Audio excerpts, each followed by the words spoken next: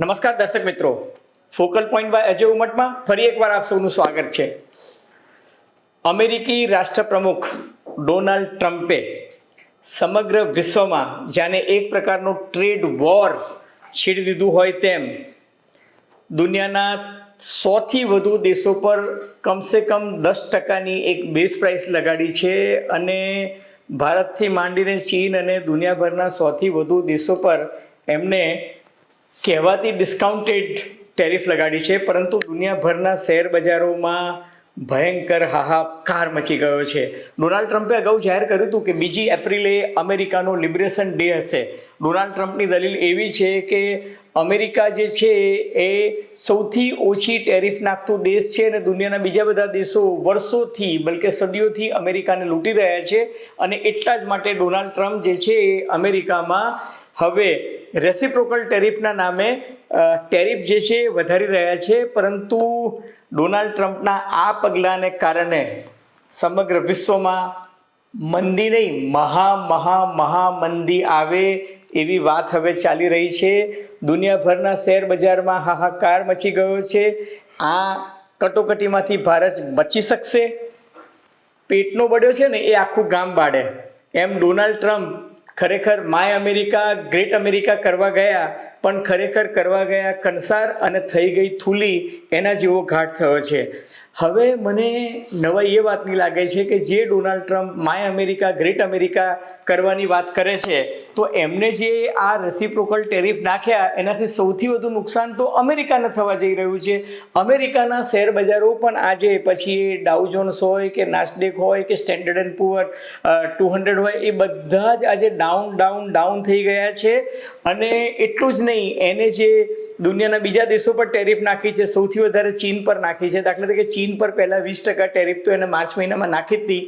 આજે બીજી 34%, એટલે ચીન પર કુલ 54% જેટલી ટેરિફ થઈ ગઈ છે. વિયેટનામ પર 46% થઈ છે, તાઇવાન પર 36% થઈ છે, થાઈલેન્ડ પર 36% છે, સાઉથ કોરિયા પર 25%, જાપાનમાં 24%. ભારત માટે એને એવું કીધું છે કે વડાપ્રધાન મોદી મારા મિત્ર છે, પણ ડોનાલ્ડ ટ્રમ્પ તો ધંધામાં કોઈની શરમ રાખતા જ નથી. એટલે કહ્યું કે ભારત જે છે એ બહુ જ ટફ નેગોશિએટર છે અને ભારત એ તો કે અમારી પર સૌથી વધારે કે ટેક્સ નાખતો દેશ છે. એટલે ભારતમાં એમ કે 54% છે, એટલે એના અડધા એટલે કે 27% ડ્યુટી જે છે એમને ભારત પર નાખી છે. અને ડોનાલ્ડ ટ્રમ્પ તો એવું જસ્ટિફિકેશન કરે છે કે આ બધું ડિસ્કાઉન્ટેડ છે, એટલે જે દેશોએ અમારા પર જેટલી ટેરિફ નાખી છે એનાથી 50% ટેરિફ જ અત્યારે હું નાખું છું, એટલે ભવિષ્યમાં એ ટેરિફ વધારી પણ શકે છે.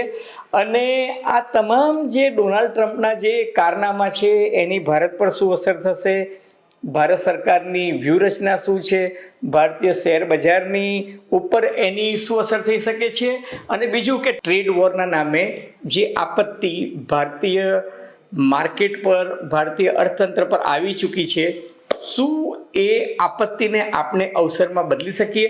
આ તમામ મુદ્દાઓની ચર્ચા આજે આપણે કરીશું ફોકલ પોઈન્ટ બાય અજય ઉમટમાં. પરંતુ એ પહેલાં મારી આપ સૌને નમ્ર વિનંતી છે કે જો તમને ફોકલ પોઈન્ટ બાય અજય ઉમટનો આ એપિસોડ ગમે તો મહેરબાની કરીને વિનામૂલ્યે એને લાઇક કરજો, શેર કરજો, સબસ્ક્રાઇબ કરજો, પેલું બેલ આઇકોનનું બટન દબાવવાનું ભૂલતા નહીં, જેથી ભવિષ્યમાં તમને અમારા નવા વિડીયોઝ જે આવે એના નોટિફિકેશન્સ મળતા રહે. તો મિત્રો, ધન્યવાદ.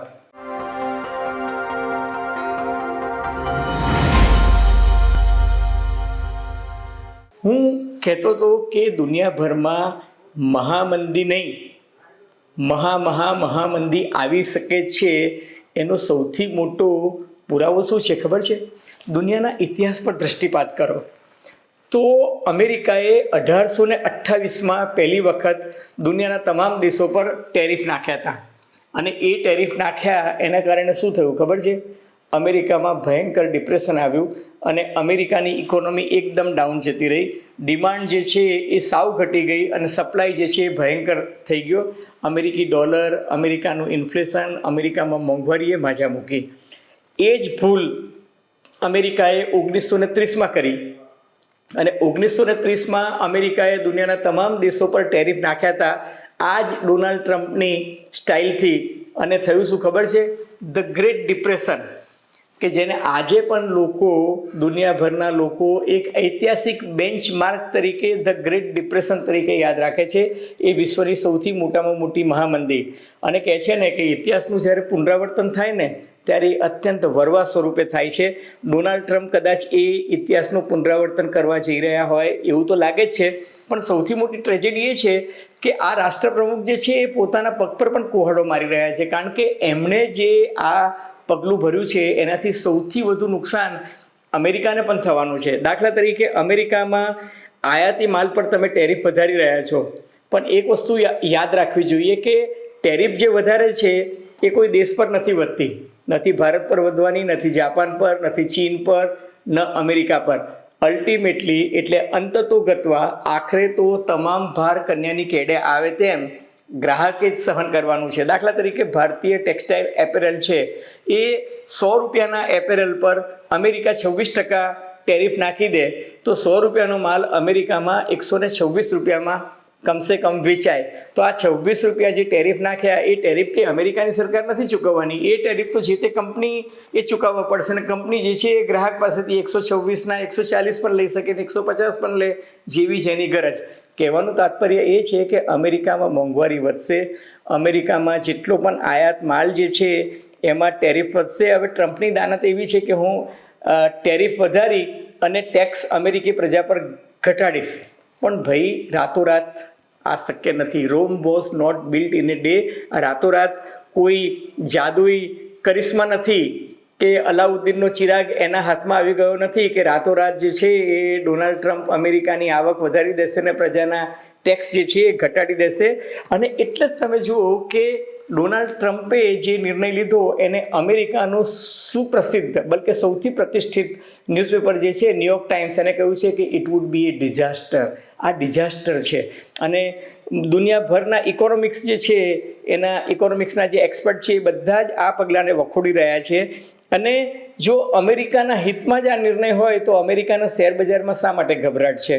અમેરિકાની જે શેર બજાર છે, દાખલા તરીકે નાસ્ડેક છે કે ડાઉ જોન્સ છે કે સ્ટેન્ડર્ડ એન્ડ પુઅર છે, એ હું આ વિડીયો બનાવી રહ્યો છું ત્યારે 3% લઈને 5% સુધી, બલકે એથી પણ નીચે ડાઉન જઈ રહી છે.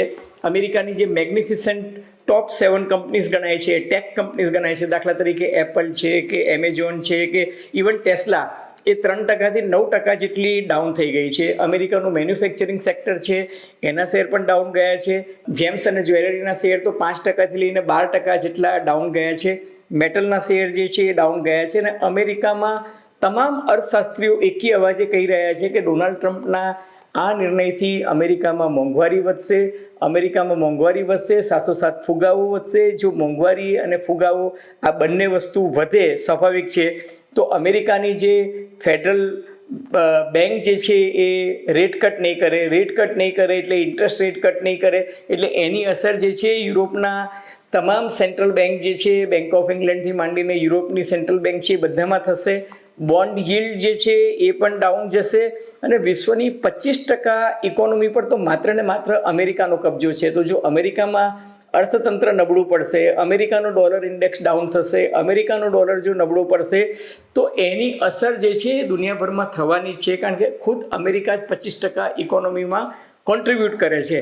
અને એટલે જ ડોનાલ્ડ ટ્રમ્પને હોય કે ના હોય, દુનિયાભરના શેર બજારોને એની ચિંતા છે. અને મેં તમને કહ્યું કે ડાઉજેન્સને, સ્ટેન્ડર્ડ એન્ડ પુઅરને, નાસ્ડેક ડાઉન થયા છે એટલું નથી. જાપાનનું શેર બજાર ડાઉન છે, હોંગકોંગ ડાઉન છે, મેડ્રિડ ડાઉન છે, ચીન ડાઉન છે, દક્ષિણ કોરિયાનું ડાઉન છે, અને ભારતનું શેર બજાર પણ ડાઉન ગયું. પણ ભારતનું શેર બજાર હું વિગતે વાત કરીશ, એટલું બધું ડાઉન ના ગયું.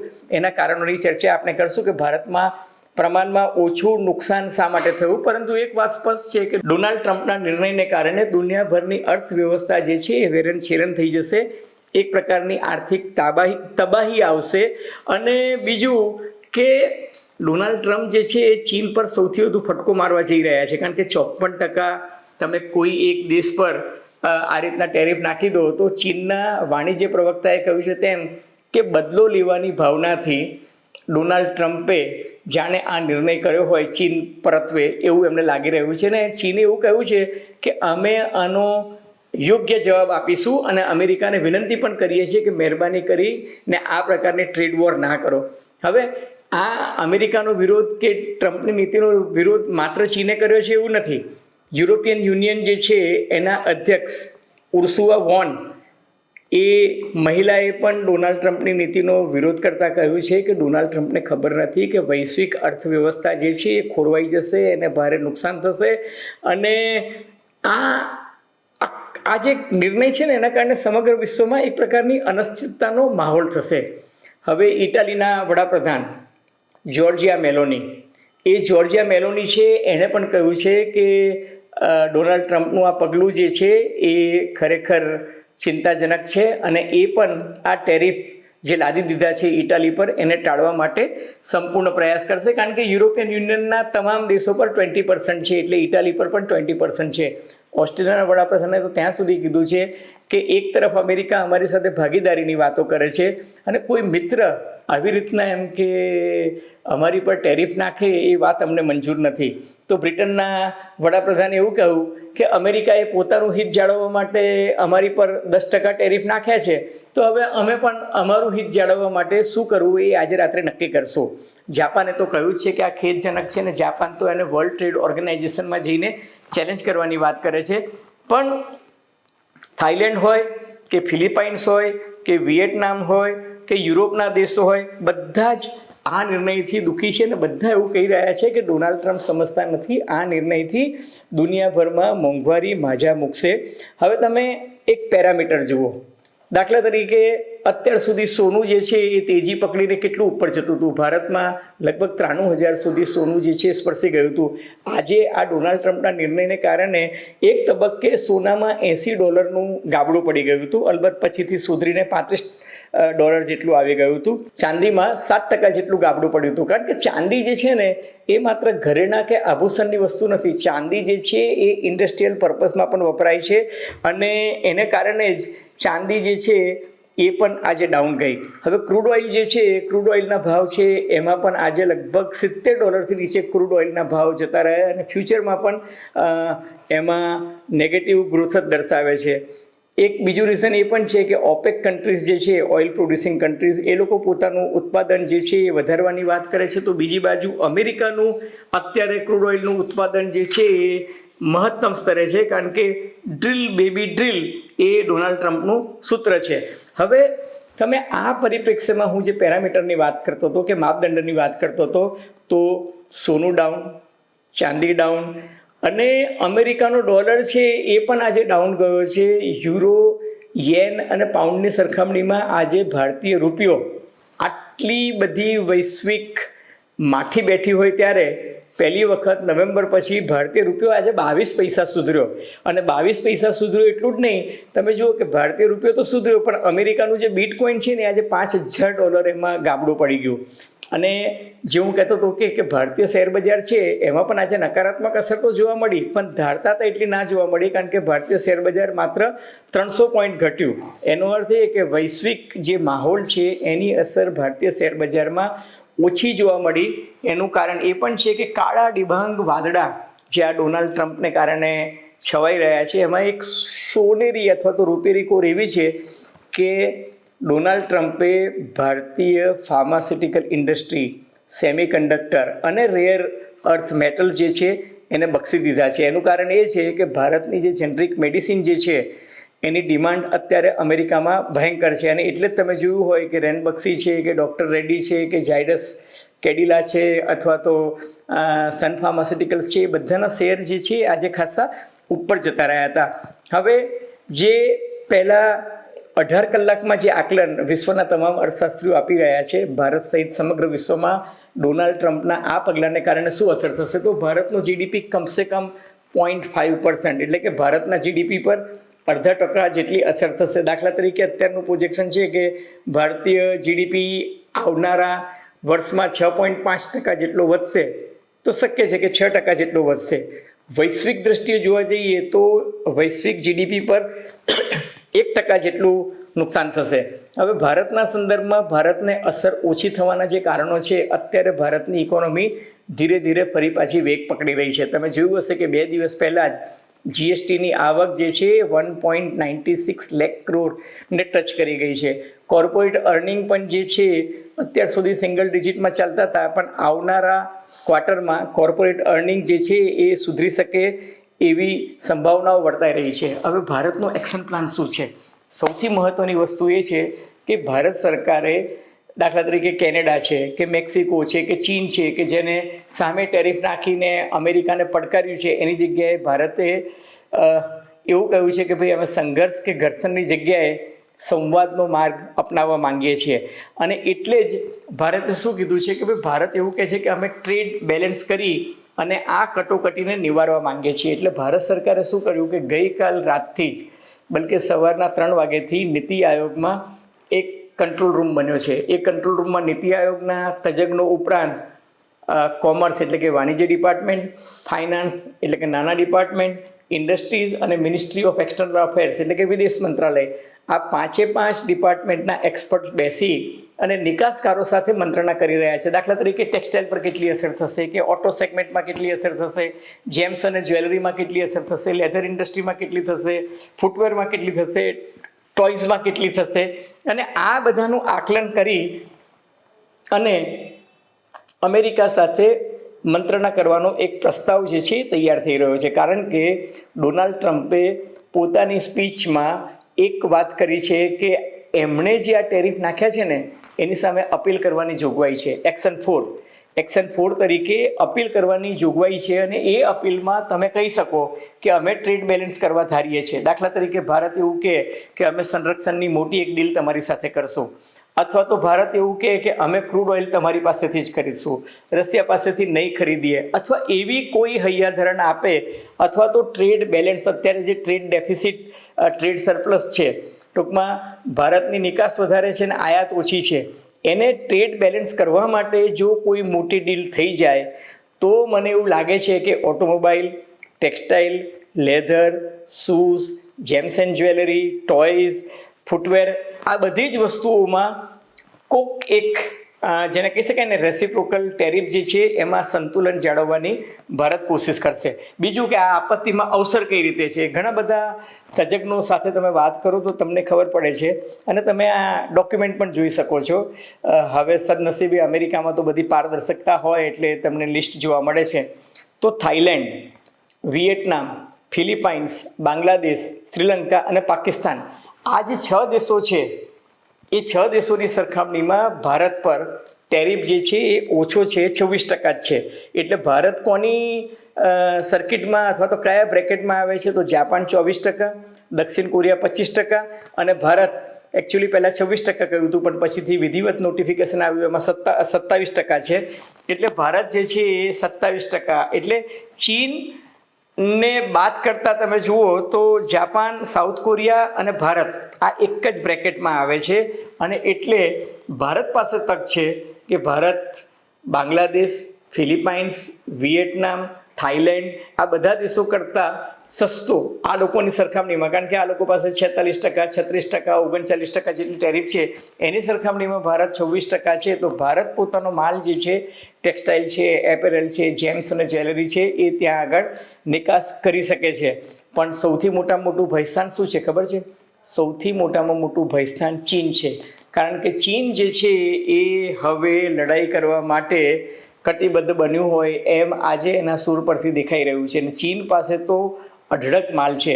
એટલે જો ચીનના માલ પર અમેરિકા 54% ડ્યુટી નાખતું હોય અને પાછું અમેરિકા એવું કહેતું હોય કે ઓરિજિનલી ક્યાં પ્રોડ્યુસ થયા એ તમારે બતાવવું જરૂરી છે. એટલે કે ચીન જે છે એ કોઈ રીતે પાછલા દરવાજે અમેરિકામાં એન્ટ્રી ના કરે એવી જે ડોનાલ્ડ ટ્રમ્પની વ્યૂહરચના છે એની સામે ચીન પોતાનો બધો જ માલ Europe, Canada, Mexico, Australia, England અને ભારતમાં ઠાલવી દેશે તો શું થશે ખબર છે?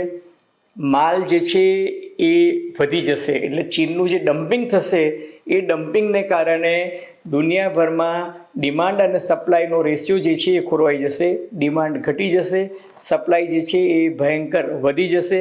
અને માલનો ભરાવો વધે તો મંદી થાય. અને એક તરફ મંદી અને બીજી તરફ અમેરિકાનો ફુગાવો, મોંઘવારી, રેટ કટ ન થવાની વાત, આ બધું જે છે એ કમ્પ્લીટ રેસીપી છે કે જેને કારણે વિશ્વમાં ફરી એકવાર મહામંદી નહીં મહામંદી આવી શકે છે. આપણે સૌ આશા રાખીએ કે ટ્રમ્પને સદબુદ્ધિ સૂચશે અને એમણે કહ્યું છે તેમ આ ડિસ્કાઉન્ટેડ છે, પણ એ ડિસ્કાઉન્ટેડ ટેરિફમાં હજુ વધારે રાહત આપે ભારત સહિત એશિયાના બીજા બધા દેશોમાં, અને થોડુંક જેને કહી શકાય ને કે વ્યાજબીપણું રાખે તો જ વિશ્વનું કલ્યાણ થશે. નહીં તો અમેરિકાને બચાવવા જતાં દુનિયાના તમામ દેશો ડૂબશે. હમ તો લે ડૂબેંગે સનમ એવી માનસિકતામાં જો ડોનાલ્ડ ટ્રમ્પ રાખતા હોય તો એ માનસિકતા એમને મુબારક. હકીકતમાં અત્યારે એમને જે આ પોલિસી જાહેર કરી છે ટેરિફની, એ જોતાં ચોક્કસ એવું લાગે છે કે ડોનાલ્ડ ટ્રમ્પ કરવા ગયા કંસાર અને થઈ ગઈ થૂલી. આગે આગે દેખો હોતા હે ક્યાં.